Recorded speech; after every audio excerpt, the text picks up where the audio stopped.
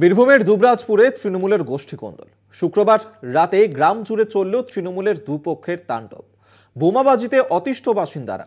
এলাকাবাসীরা অভিযোগ করছেন, মোহাম্মদপুরের বাসিন্দা মহিলাদের একাংশ বোমা বাঁধেন, বোমা বেঁধেই চলে সংসার। শুক্রবার তৃণমূলের দুগোষ্ঠীর বোমাবাজিতে উত্তপ্ত হয়ে উঠেছিল দুবরাজপুরের যশপুর পঞ্চায়েতের মোহাম্মদপুর গ্রাম।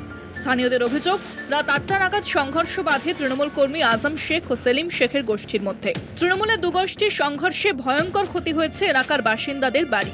কারোর বাড়ির দরজা ভেঙে ঢুকে পড়ে বোম। শনিবার সকালেও কারোর উঠোন জুড়ে পড়ে বোমার ভগ্নাবশেষ। মোহাম্মদপুরের প্রায় 40টি বাড়ি ক্ষতিগ্রস্ত হয়েছে বোমাবাজিতে। ঝামেলার সময় অসংখ্য বোমা পড়েছে এলাকায়। ক্ষতিগ্রস্ত বাড়িগুলির মধ্যে রয়েছে এক সিভিক ভলেন্টিয়ারের বাড়িও। দুবরাজপুর বিধানসভার যশপুর অঞ্চলের খয়াজ মোহাম্মদপুরে গতকালকে যে ধরনের ঘটনা দেখল দুবরাজপুরের মানুষ, আমরা কখনোই এই ধরনের ঘটনা চাই না। তৃণমূল কংগ্রেসের দুটো গোষ্ঠীর মধ্যে যে লড়াই, এলাকা দখল, অবৈধ কারবারি কার দখলে থাকবে, এলাকাকে অশান্ত করে রাখা, মানুষকে ভয়ভীতির মধ্যে রাখা, এটা তৃণমূলের কাজ। আমরা চাইব প্রশাসন এটা নিয়ে তদন্ত করুক, যারা দোষী আছে তাদের কঠোর শাস্তি দেখ।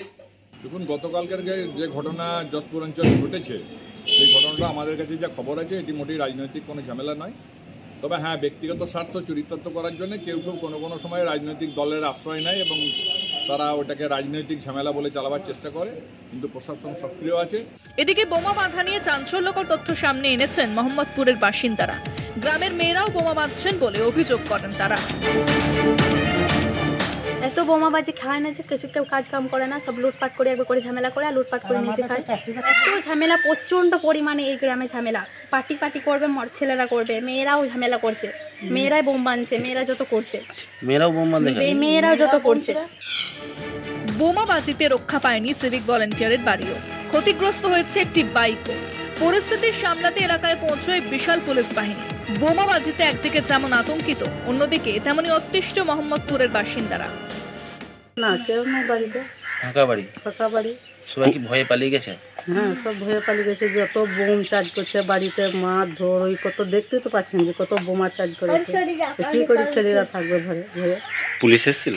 হ্যাঁ, পুলিশকেও সব দেখাইলাম। আপনার বাড়িতে কেন বোমা চার্জ? আমার ছেলের জন্য। কেন? সিভিক। কারা করেছে এটা?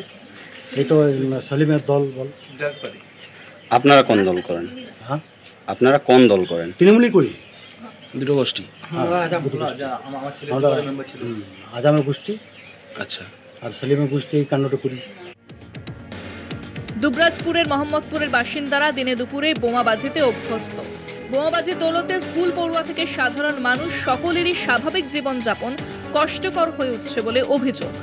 সিউড়ি থেকে ঋতভাস চট্টোপাধ্যায়ের রিপোর্ট, কলকাতা টিভি।